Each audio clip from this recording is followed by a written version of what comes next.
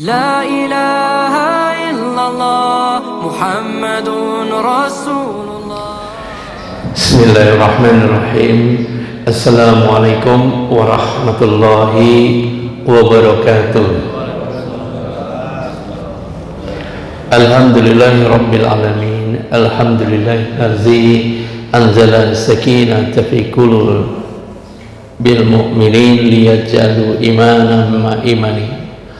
Allahumma salli wa sallim wa barik ala Sayyidina Muhammad wa ala alihi wa ashabihi ajma'in, amma ba'du.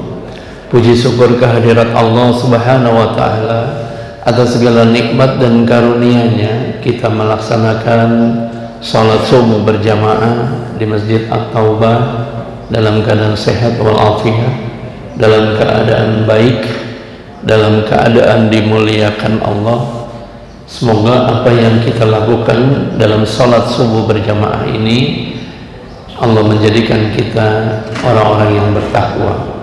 Salam dan salawat kita panjatkan bagi junjungan kita, baginda Nabi Muhammad sallallahu alaihi wasallam beserta keluarga dan para sahabatnya kelak di yaumil mahsyar, ketika kita dikumpulkan di lapangan yang luas, lalu Allah perlihatkan perjalanan hidup kita selama di dunia, video kehidupan kita. Semoga syafaat dari baginda Nabi menghampiri kita dan kita dimudahkan masuk dalam surganya Allah. Amin ya rabbal alamin. Bapak-bapak, ibu yang dirahmati Allah subhanahu wa ta'ala, pagi hari ini temanya adalah sehat bersama Al-Quran. Saya bacakan salah satu hadisnya, likulli da'in dawa'un fa'iza usuiba dawa'ud da'i fa'iz da'ya bari'a biiznillah. Kata Rasulullah SAW, setiap penyakit itu ada obatnya, dan kalau atas izin Allah dengan obat yang tepat, maka Allah akan menyembuhkan. Lalu dalam Al-Quran pun, dalam surat Yunus ayat 57, Allah menerangkan bahwa ya ayyuhan nas, hai manusia, telah datang kepadamu Al-Quran. Ya, kita didatangkan oleh Allah Al-Quran sebagai asifah. Yang pertama adalah sebagai asifah kata Allah, dan petunjuk serta rahmat bagi orang-orang yang beriman. Pertama kalimatnya Allah tuliskan ya ayyuhan nas, belakangnya Allah kasih yang namanya mukmin. Mengapa antara depan dan belakangnya berbeda? Ternyata Al-Quran ketika diturunkan oleh Allah ke muka bumi ini awalnya untuk seluruh manusia, baik muslim non muslim. Hanya orang-orang non muslim, orang-orang kafir itu mendustakan ayat-ayat Allah subhanahu wa ta'ala.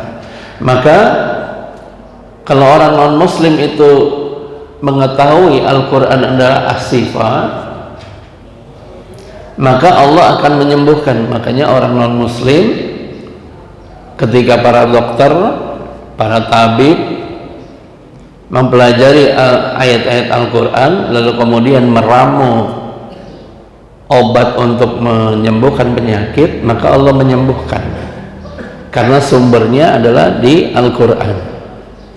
Tetapi orang kafir, orang non muslim ini tidak mendapat dua hal. Apa dua hal tadi? Petunjuk dan rahmat.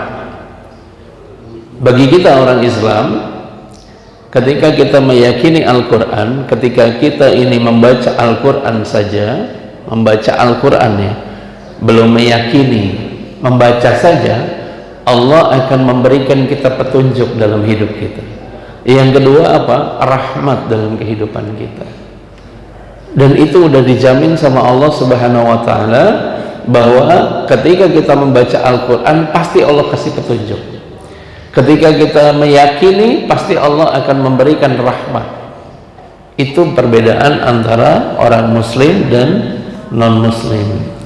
Hadirin yang dirahmati Allah Subhanahu wa taala. Kalau memang Al-Qur'an ini adalah asyifa, apa yang disembuhkan oleh Al-Qur'an?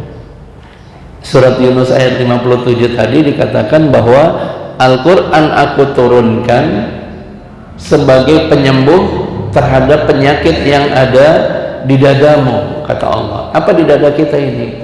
Ego kita, nafsu kita, ya, ego kita, nafsu kita. Makanya ketika ada ego dan nafsu yang besar, bertanyanya kepada Al-Quran supaya Al-Quran itu memberikan petunjuk dan rahmat. Berapa banyak orang-orang yang paham Al-Quran, tahu Al-Quran, tetapi karena Allah tidak memberikan petunjuk, Allah tidak memberikan rahmatnya pada dirinya, maka dia terlibat korupsi. Dia makan uang rakyat, dia makan orang uang susah, ya, uang orang susah. Itu karena Allah tidak memberikan petunjuk pada dirinya bahwa Al-Quran itu adalah asyifa. Ya. Maka ketika saya di Madinah, saya memperdalam Al-Quran itu, apa benar Al-Quran itu asyifa? Betul. Jauh sebelum kita lahir, ketika kita sendi-sendi kita, tulang-tulang kita mulai sakit, apakah Al-Quran tidak menyembuhkan? Ada, Pak. Surat Al-Insan ayat 28. Allah menerangkan, aku akan sembuhkan penyakit di dalam tulangnya, atau aku akan mengganti tulangnya menjadi yang baru. Itu tandanya bahwa Al-Quran itu sudah menyembuhkan. Lalu apalagi yang berhubungan dengan ketika saya belajar dengan Syekh Hasan di Madinah, apa yang diajarinya? Ternyata Al-Quran itu bisa menyembuhkan orang-orang yang punya penyakit kolesterol. Semua penyakit kita dalam tubuh kita ini diawali oleh kolesterol. Kolesterol mana? Kolesterol jahat. Kalau Bapak hadir di Mekah, di Madinah, rumah sakitnya bagus-bagus, Pak. Bahkan kalau kita di sana nggak ada apotek, toko obatnya tuh ada di Bin Daud, di lantai basement. Kalau kita cari obatnya, obat-obat orang Arab itu nggak kayak obat di kita, Pak. Ada generik, di sana nggak ada. Obatnya paten semua. Tapi pertanyaannya, obat di sana itu jarang ada yang beli, Pak. Jarang ada yang beli. Bapak cek aja tiap hari orang Arab itu tiap hari hobinya makan daging kambing, betul Pak? Makan daging sapi kari, ya, kuah kari pakai roti, pakai daging, ya, kebab unta. Tapi pertanyaannya, kenapa orang Arab itu tidak ada yang masuk rumah sakit karena kolesterol, tidak ada yang masuk rumah sakit karena jantung? Nah, ini dulu saya belajar di sana tuh, saya hampir tiap minggu ngecek rumah sakitnya. Sementara kalau kita di sini rumah sakit kita banyak, Pak. Ada Premier, ada Pondok Indah, Bintaro, ada segala macamnya. Namun lucunya penyakitnya bertambah banyak, dan kalau kita dirawat pasti suruh nunggu karena ruangannya selalu penuh. Di rumah sakit, kalau saya kemarin saya habis ke rumah sakit di daerah Tangerang, itu polikliniknya, poli anak, poli jantung itu penuh sekali. Bahkan yang lebih parah lagi, ketika saya survei bersama pemilik rumah sakit di daerah Kabupaten Tangerang, di daerah Cikupa, ada rumah sakit besar baru berdiri, lalu kemudian saya hadir di situ, kemudian dia selama ini belum pernah bekerja sama dengan BPJS. Begitu bekerja sama dengan BPJS, rumah sakitnya penuh, dan yang lebih parah di sana saya lihat orang banyak cuci darah Pak. Tapi kalau Bapak ke Madinah, ke Mekah, saya jamin Pak, rumah sakitnya kalau Bapak ke Madinah itu ada rumah sakit banyak di situ. Di Mekah, di pelataran Masjidil Haram, turun ke bawah, ya, depan Grand Zamzam itu ada Ajiat Hospital, sepi Pak, sepi. Tapi mereka makannya tiap hari adalah daging kambing. Pertanyaannya saya, kenapa dia nggak kolesterol? Sedangkan kita kemarin melewati hari raya Idul Adha, ketika kita pesta makan sate, gulai kambing, nah, besoknya kita udah meramu badan kita dengan mencari obat-obatan yang menurunkan kolesterol. Ternyata orang di Mekah, di Madinah, seperti kita ini sehabis subuh, mereka meyakini bahwa Al-Quran itu adalah asyifa. Apa ayatnya? Ayatnya Pak, yaitu watini wa zaitun. Jadi ternyata buah tin dan buah zaitun, ya, kalau di sini minyak zaitun, itu menurunkan kolesterol. Dan kolesterol mereka yang hari ini, yang kemarin dia habis makan berat, hari ini mereka bisa buang. Bedanya dengan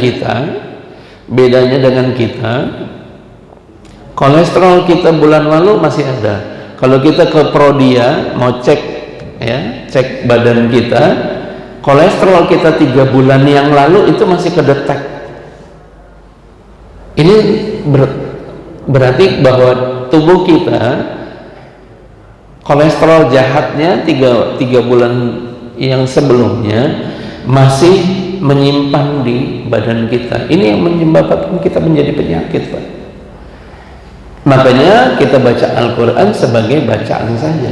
Kalau orang di Mekah, di Madinah, mereka meyakini kalau mereka sakit kepala atau mereka pusing, terus mereka kelihatan punya tensi agak naik gitu, apa yang mereka baca dari Al-Quran? Surat Ar-Rahman. Surat Ar-Rahman. Makanya saya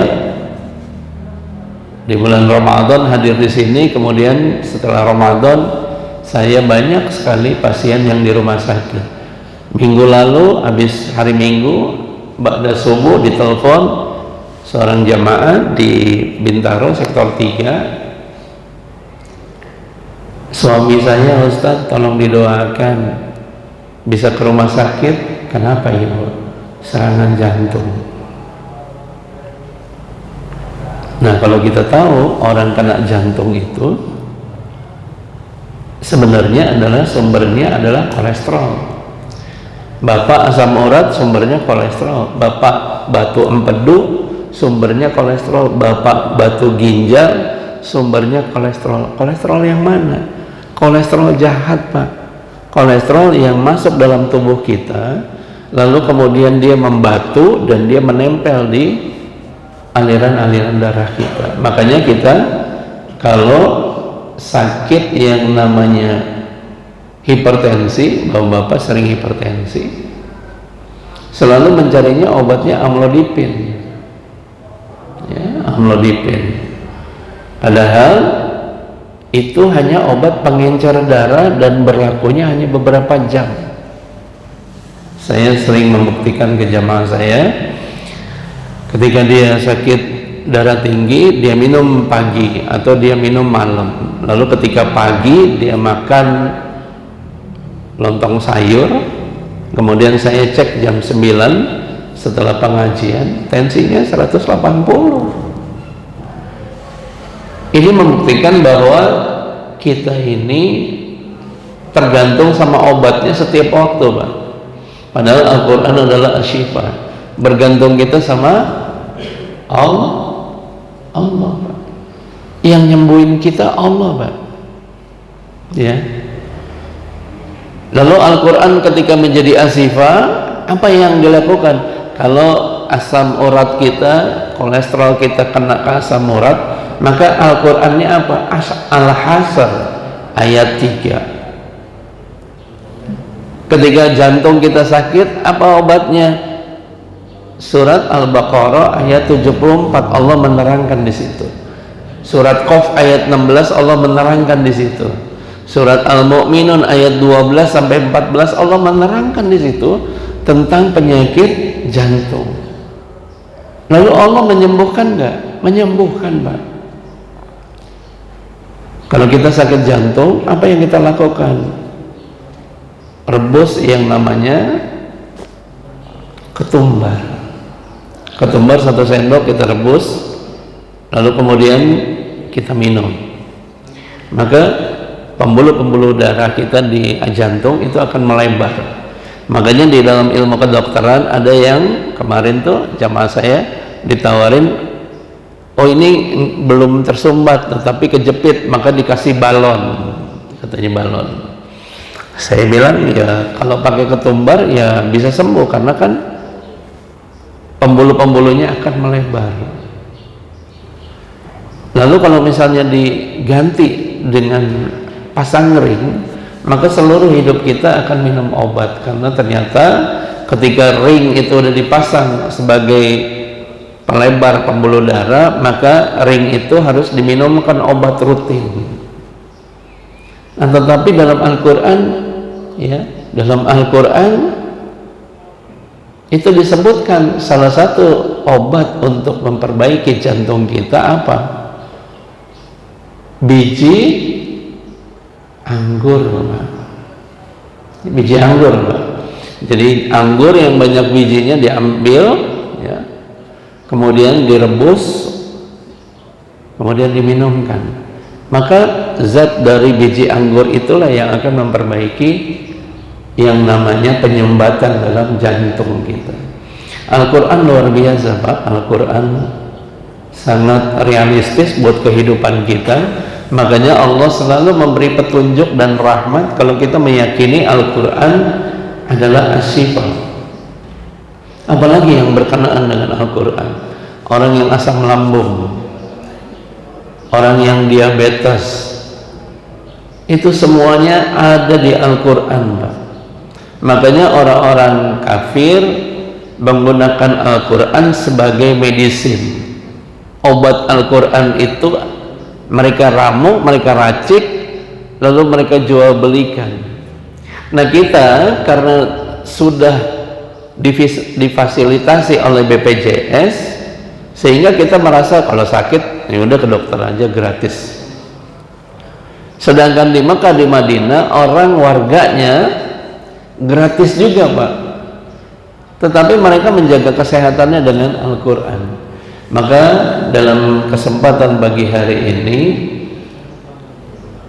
penyakit-penyakit yang ada di dalam dadamu ini adalah penyakit-penyakit yang berhubungan dengan kehidupan kita, ya, penyakit yang berhubungan dengan kehidupan kita. Sumbernya adalah kolesterol. Jadi kalau bapak ada yang sakit saraf kejepit, percayalah 5 tahun yang lalu, 3 tahun yang lalu, makan bapak, kolesterol bapak pasti menumpuk. Orang yang punya tensinya tinggi terus padahal udah nggak makan apa-apa, pasti peredaran darahnya, sumber aliran darahnya tersumbat atau pengentalannya karena banyaknya lemak dalam darah. Orang diabetes ini adalah orang yang sulit kalau kata dokter untuk sembuh. Ternyata dengan Al-Quran Allah memberikan kesembuhan. Beberapa jamaah saya yang udah pakai disuntik insulin sembuh dengan Al-Quran. Mereka ritmenya, oh ternyata dalam Al-Quran orang sakit diabetes itu nggak boleh makan roti. Selama dia makan roti, maka gulanya cepat naik pagi hari. Tubuh kita jam 7 sampai jam 9 pagi itu gula kita itu tinggi-tingginya, Pak. Makanya banyak orang kalau nggak olahraga jam 7 sampai jam 9 ngantuknya luar biasa. Itu ya. Ketika dia makan roti atau makan nasi uduk, nasi yang menggunakan santan, gulanya naik, Pak. Pagi-pagi udah 280 sampai 300. diabetes, saya punya jamaah 5 tahun, 10 tahun, bukannya menyembuh tetapi makin merusak. Karena obatnya apa? Obatnya yang mereka makan adalah obat-obatan yang hanya menurunkan gula sesaat. Ketika minum obat, gulanya turun. Dia makan makanan nasi atau dia makan lontong, makan lemper, makan ketan, naik lagi. Hadirin yang dirahmati Allah Subhanahu wa taala, sungguh bahwa dalam Al-Qur'an itu banyak sekali obat-obatan. Surat An-Nahl ayat 115, di situ Allah menerangkan bahwa kalau kita mau makan buah sama makan nasi, duluin yang mana? Buahnya dulu, Pak. Kalau kita makan nasinya dulu, cuci mulutnya buah, maka buahnya di dalam tubuh kita menjadi racun. Kemudian kita makan, ya, kita makan, lalu sedikit-sedikit minum air, maka yang rusak adalah usus kita. Makanya terjadi kanker usus. Makanya terjadi asam lambung, makanya terjadi diabetes. Kenapa? Karena tubuh kita belum menyerap semuanya, sudah diberikan air yang banyak sehingga airnya mengembang di dalam lambung. Semua ada di Al-Quran, Pak. Semua. Setelah saya pulang dari Madinah, saya menyatakan, oh ternyata hidup kita ini diatur oleh Al-Quran. Dari mulai ujung rambut sampai ujung kaki. Orang yang hidup dalam kemewahan belum tentu menemukan ketenangan. Ternyata dalam Al-Quran, salah satu yang membuat hidup orang tenang adalah rahmat Allah. Itu ya, rahmat Allah Subhanahu wa ta'ala. Orang yang korupsi, Pak, duitnya banyak, tapi kalau kita tanya, karena ada salah satu jamaah saya yang bertaubat karena korupsi di tahun 2015, itu menyatakan betapa hidupnya untuk menemui ketenangan jauh sekali. Salat, tetapi rasanya cuman menggugurkan yang namanya waktu salat. Padahal kehidupannya, ketenangannya luar biasa. Itulah yang mahal dari kehidupan kita di dunia ini, ketika Allah memberikan kita ketenangan, Pak, dalam hidup. Saya keliling-keliling di majelis, keliling-keliling di masjid. Ada DKM masjid, dulunya komisaris Bank BUMN. Dia menyampaikan kepada saya, Ustaz mau tahu berapa tahun saya bisa ketemu Allah? Saya tanya, ya setiap waktu, Pak. Bukan, Ustaz. Saya bisa ketemu Allah Subhanahu wa ta'ala dan menikmati hidup saya dengan ketenangan setelah saya pensiun. Dulu Bapak emang kerjanya di mana? Saya komisaris Bank BUMN. Enak itu, Pak, duitnya banyak, tapi Ustaz tidak tenang. Nah itu dia, tidak tenang, karena perjalanan saya jadi komisaris penuh dengan hal-hal yang menolak batin saya untuk tidak mengambil keputusan. Tetapi karena sudah sistem, saya harus mengambil keputusan meskipun keputusan itu membuat Allah marah. Maka saya mengatakan, sungguh saya bersyukur sudah pensiun, saya mau mengejar taubat saya sehingga saya matinya dalam keadaan husnul khotimah. Bapak-bapak yang dirahmati Allah Subhanahu wa ta'ala, barangkali kita punya cita-cita, kalau kita umurnya segini, apa yang kita minta? Husnul khotimah, ya. Kita hanya minta husnul khotimah. Kalau kita minta dalam keadaan mati dalam keadaan kaya, sungguh kekayaan kita tidak akan kita bawa, ya. Barangkali kekayaan kita ketika kita selesai menjadi permasalahan di antara anak-anak kita. Baik hadirin yang dirahmati Allah Subhanahu wa taala, sungguh Al-Qur'an itu menjadi catatan bagi kehidupan kita. Kalau kita meyakini bahwa Al-Qur'an itu selalu memberikan petunjuk pada hidup kita. Ada yang mau bertanya, saya buka pertanyaan barangkali sambil interaksi supaya tidak ngantuk. Silakan Pak, mungkin ada yang bertanya seputar penyakit ataupun yang bisa saya jawab. Terima kasih. Saya buka pertanyaannya.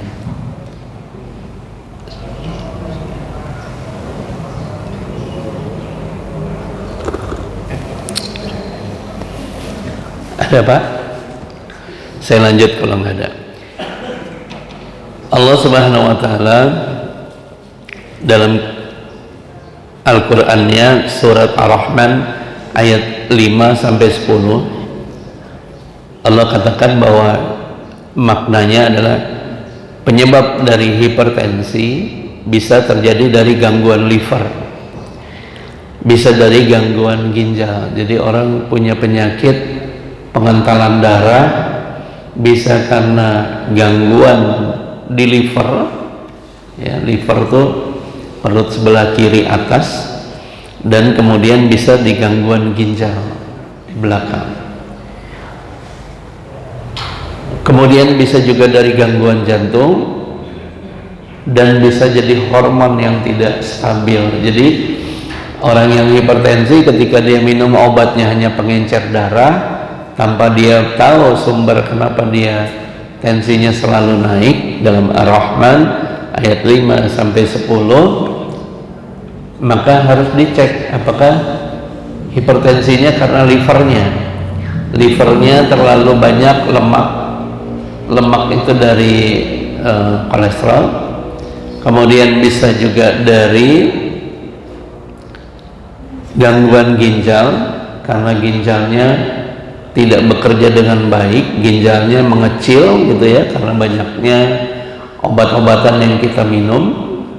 Kemudian bisa dari gangguan jantung. Jadi kalau bapak-bapak sakit, jantungnya sakit, kalau jalan agak nafasnya agak ngap-ngapan, itu tanda bahwa di jantung kita ini sudah ada aliran darah yang tiap hari dipompa dan dialirkan oleh darah kita. Itu sudah banyak sumbatan-sumbatan dari lemak dalam kolesterol kita, lemak dalam darah kita. Makanya Allah menerangkan di situ bisa jadi dari jantung, bisa dari liver, bisa dari ginjal, bisa jadi karena hormonal kita yang nggak stabil. Hormonal kita yang stabil, misalnya kita lagi stres, banyak pikiran, banyak kerjaan, banyak tuntutan, banyak deadline gitu ya, itu bisa terjadi yang namanya penyakit hipertensi. Kemudian apa sih obat-obatan yang Allah ajarkan dalam Al-Quran?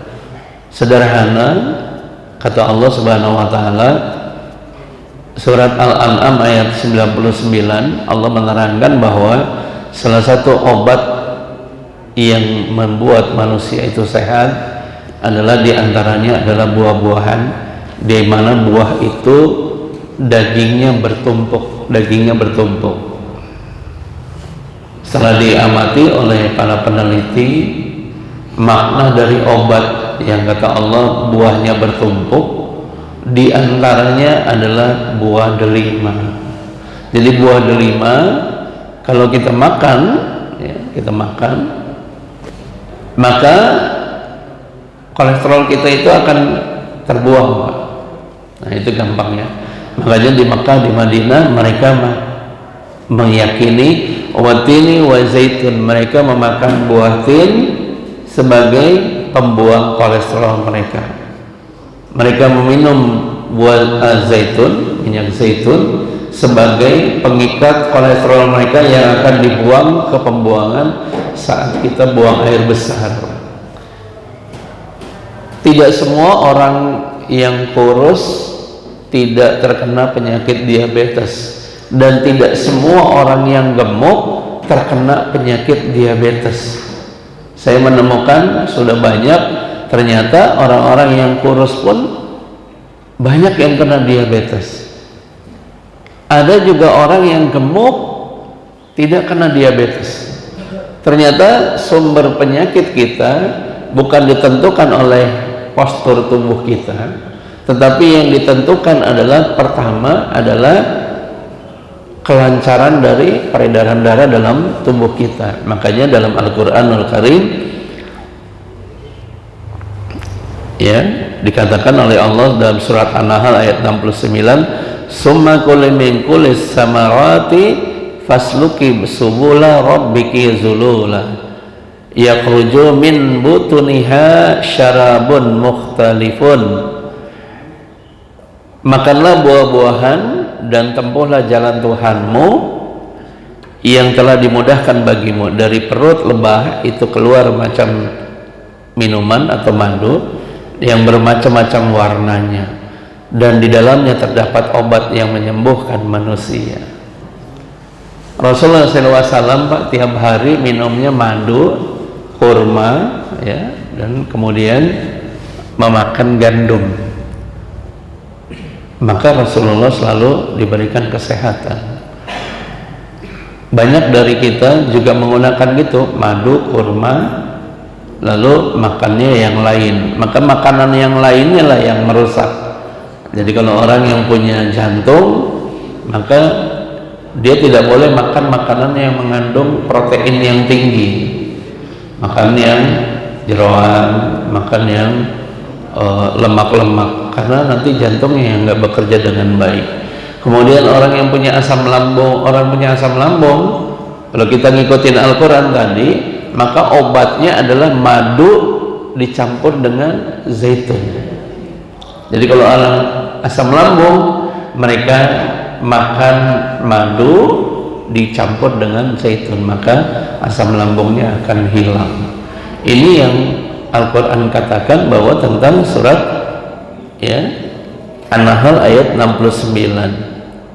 Kemudian Allah menerangkan juga dalam surat An-Nahl-nya ayat 11, dengan air hujan dia numbuhkan tumbuh-tumbuhan, diantaranya adalah zaitun, kurma, anggur, dan berbagai macam buah. Sungguh kepada mereka terdapat tanda kebesaran Allah. Nah, Allah menyebutkan di sini ada anggur.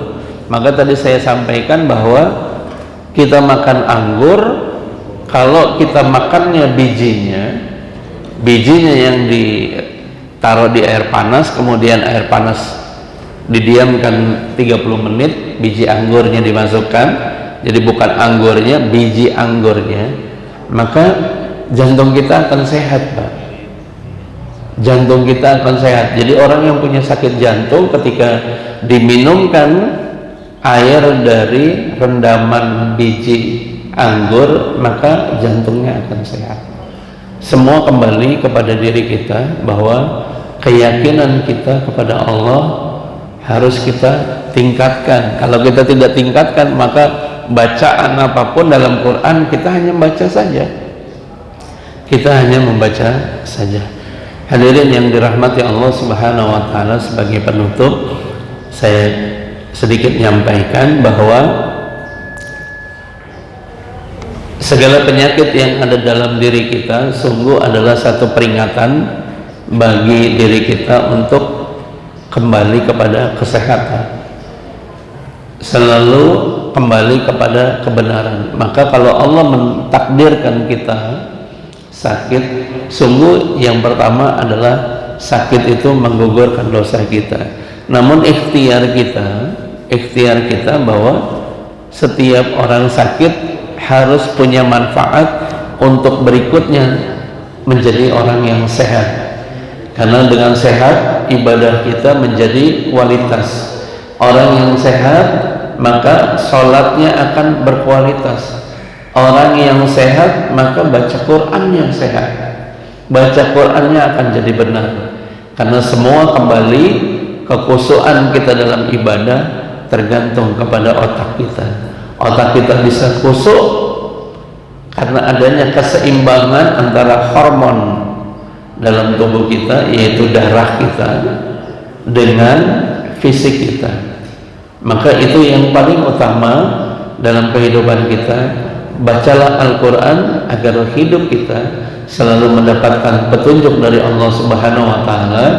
Yakinkan Al-Qur'an menjadi as-sifah, bahwa Al-Qur'an adalah penyembuh dalam kehidupan kita. Ini yang bisa saya sampaikan. Barangkali kalau ada kekurangannya, mohon maaf lahir batin.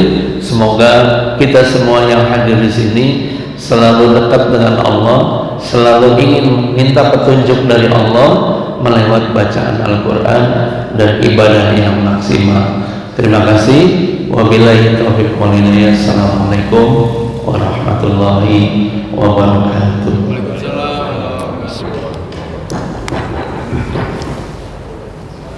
Baik, demikian juga Allah mengenalkan dan melaksanakan berkaitan dengan kaki dengan Al-Quran.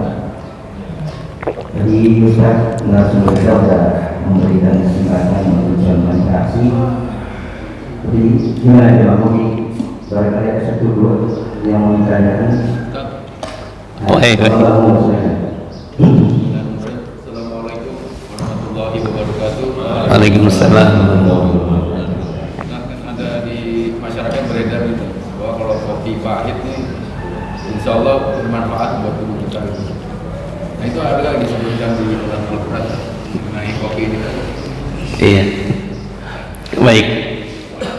Sebenarnya kalau di dunia Arab itu mereka tidak kenal kopi ya, gitu ya, tidak kenal kopi.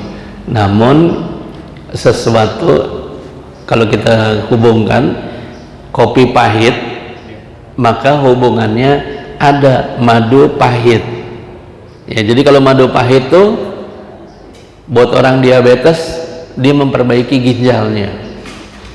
Karena orang diabetes ketika dia makan obat-obatan metformin, maka yang rusak ginjalnya. Kapan ginjalnya rusak? 5 tahun kemudian, 3 tahun kemudian, karena rutin dia minumnya. Nah, madu pahit, kopi pahit, orang yang minum kopi pahit, gula di dalam tubuhnya pasti turun. Jadi makanya kalau orang sakit diabetes, ketika dia minum kopi pahit, silahkan boleh. Dan sesuatu yang pahit itu menetralisir seluruh sistem tubuh kita yang terlalu banyak karbohidrat. Coba kita ini kenapa nggak sehat seperti orang-orang di Arab sana? Karena kita kalau makan nasi campur mie, campur telur, ya kan, teman-temannya karbo semua gitu loh ya. Makanya itu yang menyebabkan begitu makan jumlah kalori kita itu udah di atas 700. Bahkan kadang-kadang kita tanpa sengaja sudah 1 hari kita makan itu, malamnya iseng jalan-jalan kita makan, ya makan dikit lah, makan burger gitu ya. 1 burger itu kadarnya 860 kalori Pak.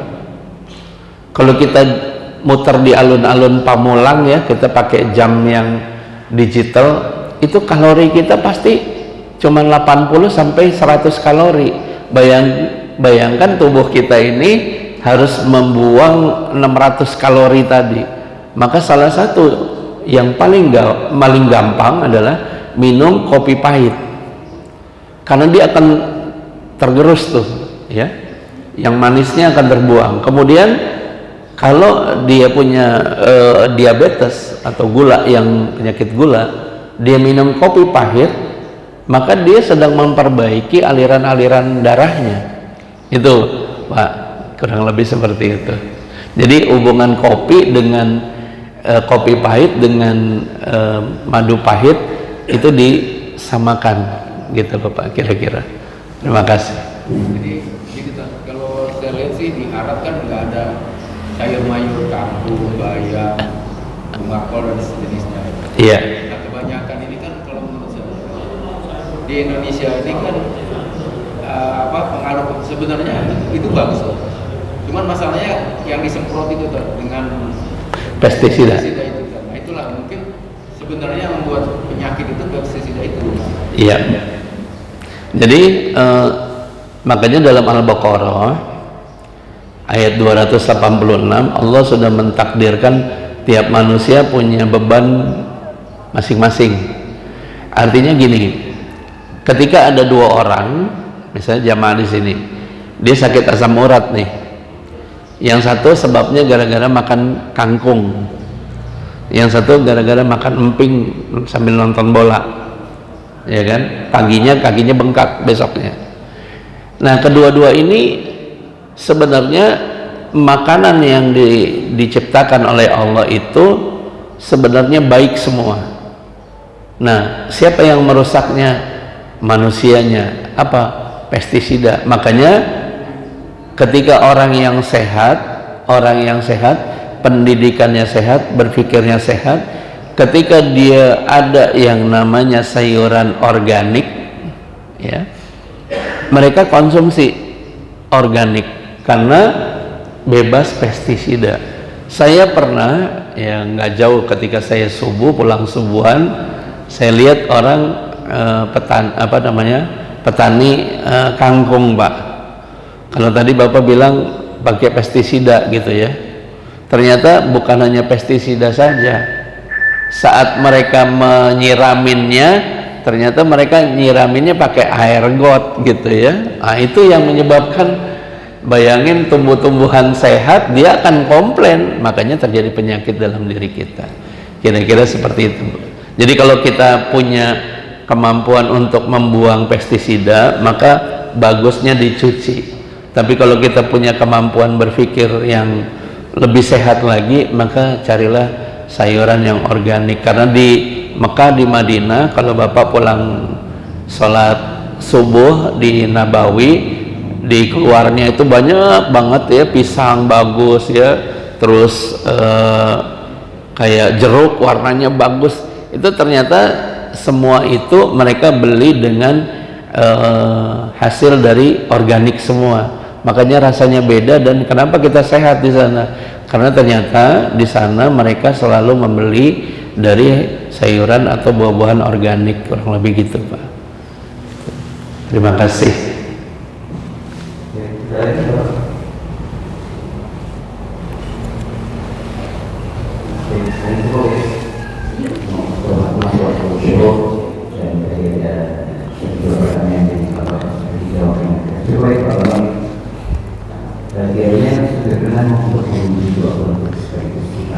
Baik.